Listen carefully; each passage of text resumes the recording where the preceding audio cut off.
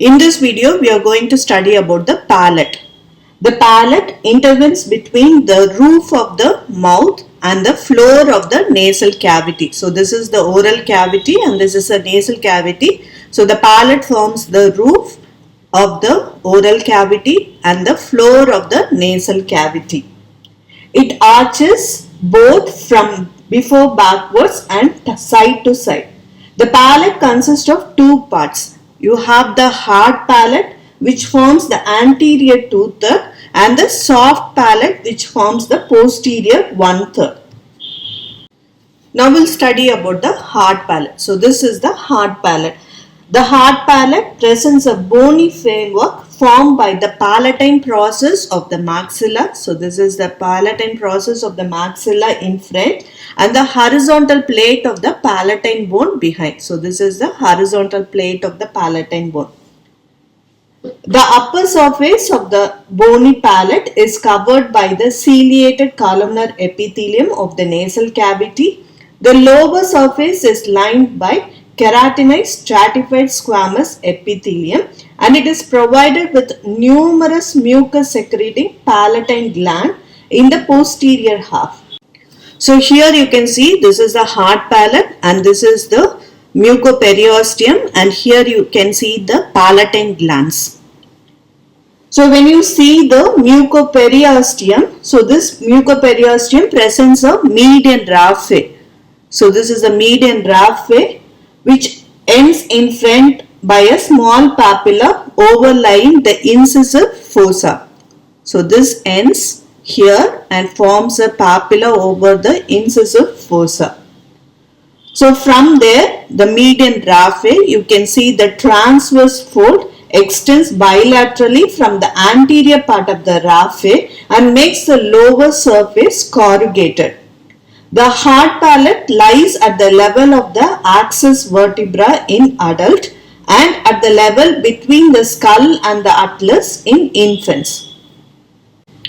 Next we'll see about the soft palate. So this is a soft palate. The soft palate is a mucus covered fibro-musculo-glandular curtain which hangs from the posterior margin of the hard palate and extends backward and downward between the nasal and the oral part of the pharynx. Its anterior third is fibrous, the middle third is muscular and the posterior third is glandular. The movement of the palate, soft palate, helps in deglutition, speech and the blowing of air through the mouth by closing the pharyngeal isthmus which communicates the nasopharynx and the oropharynx. Next we'll see the presenting part. When relaxed and pendant, the soft palate is quadrilateral in shape and presents two surfaces and four borders. The anterior surface is concave, looks downward and forward and presents a median raphe. The surface becomes inferior when the palate is stretched. The posterior surface is convex and directed backward and upward and forms the anterior boundary of the pharyngeal isthmus. On each side, it is connected with the tubal elevation by the salpingo-palatine fold. This is the upper border. The upper border is attached to the posterior margin of the hard palate and the lateral borders becomes continuous with the wall of the pharynx. And this is the lower border which is free and presents in the middle a conical projection, that is the uvula. From the base of the uvula, two muscular fold extends downward on each side. You have the palatoglossal fold or the palatoglossal arch which passes downward forward to the side of the tongue in front of the tonsillar sinus. Then you have the palatopharyngeal arch which extends downward, backward and behind the tonsillar fossa. Next we'll see the composition of the soft palate. It consists of bilaminar fold of mucous membrane which contains the following structure. You have the palatine aponeurosis, then you have the 5 pairs of palatine muscle, then you have the nerves and the vessels, then you have the palatine glands, and sometimes the upper part of the palatine tonsil. The mucous membrane is lined by non-keratinized stratified squamous epithelium except the upper part of the posterior surface close to the floor of the nasal cavity where the mucous membrane is ciliated columnar.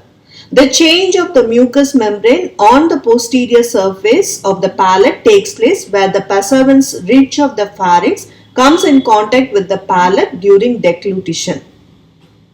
Next we'll see about the palatine aponeurosis. So this is a palatine aponeurosis.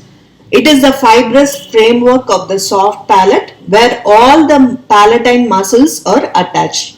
The aponeurosis is expanded tendon of insertion of tensor veli palatini muscle. The aponeurosis is attached in front to the posterior margin and the undersurface of the hard palate up to the palatine crest. On each side, it is continuous with the tendon of the tensor veli palatini muscle after winding around the pterygoid hamulus. So this is the pterygoid hamulus. After winding around the pterygoid hamulus, it becomes continuous with the tendon of the tensor veli palatini muscle. In the middle, it splits to enclose the muscle called the musculus uvulae. So the palatine aponeurosis split to enclose the muscle called musculus uvulae and becomes continuous with the opposite side. So now we'll see about the palatine muscles. They are arranged in 5 pairs and they are named as follows. So this is the tensor veli palatini muscle on either side. Then you have the levator veli palatini muscle. So this is the levator veli palatini muscle. Then you have the musculus uvulae. Then you have the palatopharyngeus muscle. Finally, you have the palatoglossus muscle. So in this picture, you can see this is the palatoglossus muscle. So the palatoglossus muscle. Now we'll see in detail about the levator veli palatini muscle. The levator veli palatini muscle arises from the undersurface of the apex of the petrous part of the temporal bone in front of the opening of the carotid canal. So here you can see this is the carotid canal. So in front of the opening of the carotid canal, it takes origin from the undersurface of the apex of the petrous part of the temporal bone. The levator veli palatini muscle also takes origin from the carotid sheath and from the medial lamina of the cartilaginous part of the auditory tube. Each muscle passes downward through the sinus of the Morgagni above the superior constrictor muscle and is inserted into the upper surface of the palatine aponeurosis in between the anterior and the posterior fasciculae of the palatopharyngeus muscle. In the soft palate, the muscle of both sides meet across the midline to form a U-shaped sling. Like this it will form. Action: the muscle elevates the soft palate and closes the pharyngeal isthmus. Next we'll see about the tensor veli palatini muscle. So this is the tensor veli palatini muscle. So this tensor veli palatini muscle takes origin from the scaphoid fossa of the medial pterygoid plate. So this is a medial pterygoid plate. So here you will have the scaphoid fossa. So it takes origin from the scaphoid fossa of the medial pterygoid plate, from the lateral and the fibrous lamina of the auditory tube. It also takes origin from the sulcus tubae and the spine of the sphenoid bone.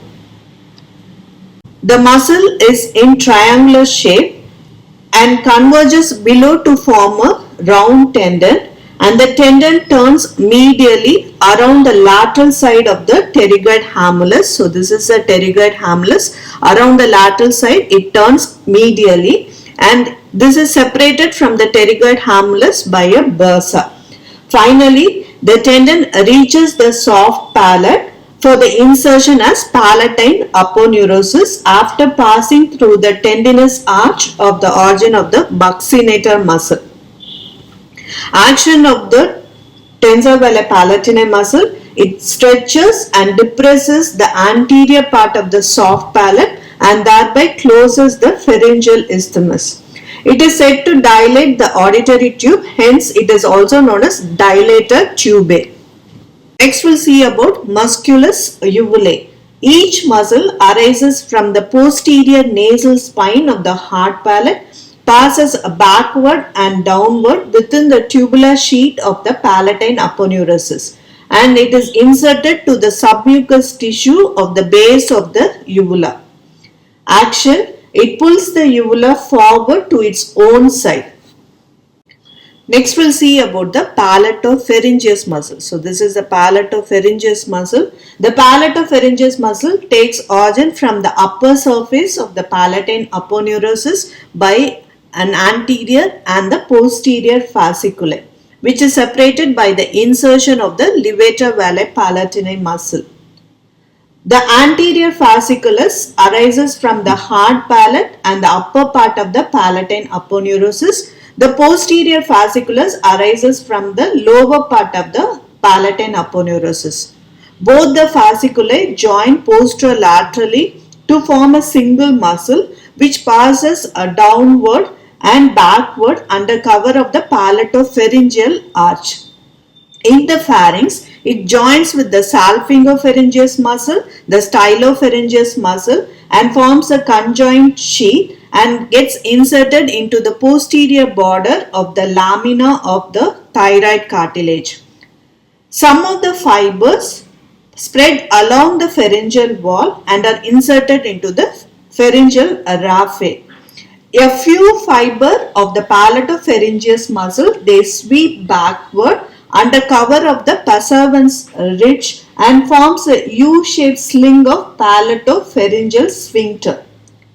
Action of the palatopharyngeus muscle, it elevates the larynx and the pharynx. It closes the pharyngeal isthmus by opposing the palatopharyngeal arches. Next we'll see about the palatoglossus muscle. So this is the palatoglossus muscle. The palatoglossus muscle arises from the undersurface of the palatine aponeurosis. It passes downward and forward under cover of the palatoglossal arch and gets inserted to the side of the tongue at the junction of the anterior 2/3 and the posterior 1/3. A few fibers are continuous with the transverse lingual muscle. Action of the palatoglossus muscle, it elevates the base of the tongue and closes the oropharyngeal isthmus. So in this picture you can see this is the soft palate, and this soft palate is the meeting place of three U-shaped muscle. The sling of the levator veli palatinae muscle elevates the soft palate, and that of the Passavant's ridge, which is formed by the palatopharyngeus muscle, approximates the pharyngeal isthmus, and the sling of the palatoglossus muscle narrows the oropharyngeal isthmus. Next we'll see the nerve supply. The motor supply. All the muscles of the soft palate are supplied by the cranial part of the accessory nerve through the pharyngeal plexus, except the tensor veli palatinae muscle, which is supplied by the trunk of the mandibular nerve. So from the trunk of the mandibular nerve, you get the nerve to the medial pterygoid. So this passes through the otic ganglion without relay and supplies the tensor veli palatinae muscle. So all the other muscles are supplied by the cranial part of the accessory nerve through the pharyngeal plexus. Next we'll see the secretomotor supply. The preganglionic fibers arises from the superior salivatory nucleus. From there the fibers passes through the facial nerve, the greater petersal nerve, then nerve to the pterygoid canal, and they are relayed in the pterygopalatine ganglion.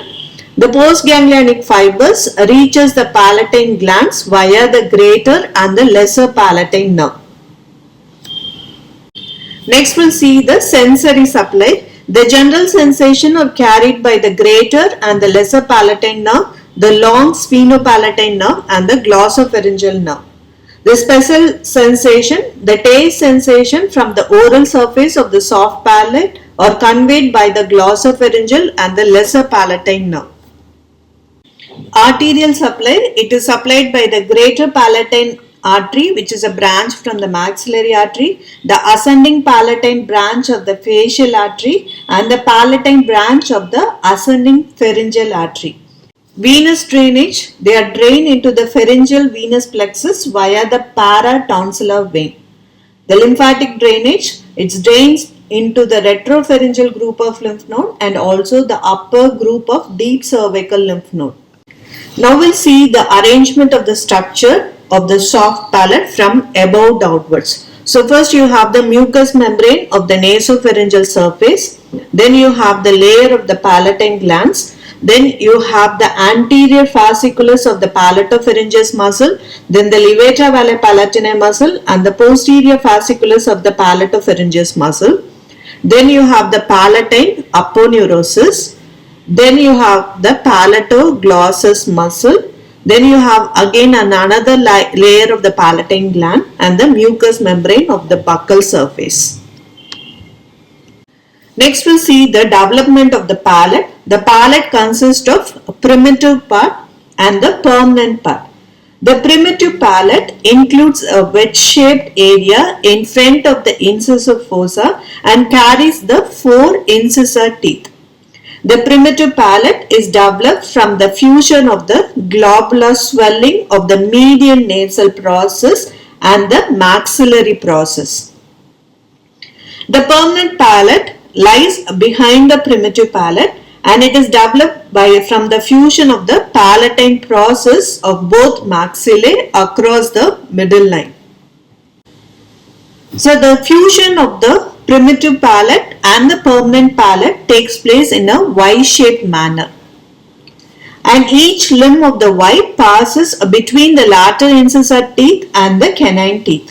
The fusion takes place between the palatine process only when the dorsal surface of the tongue is displaced downward and forward by the protrusion of the chin.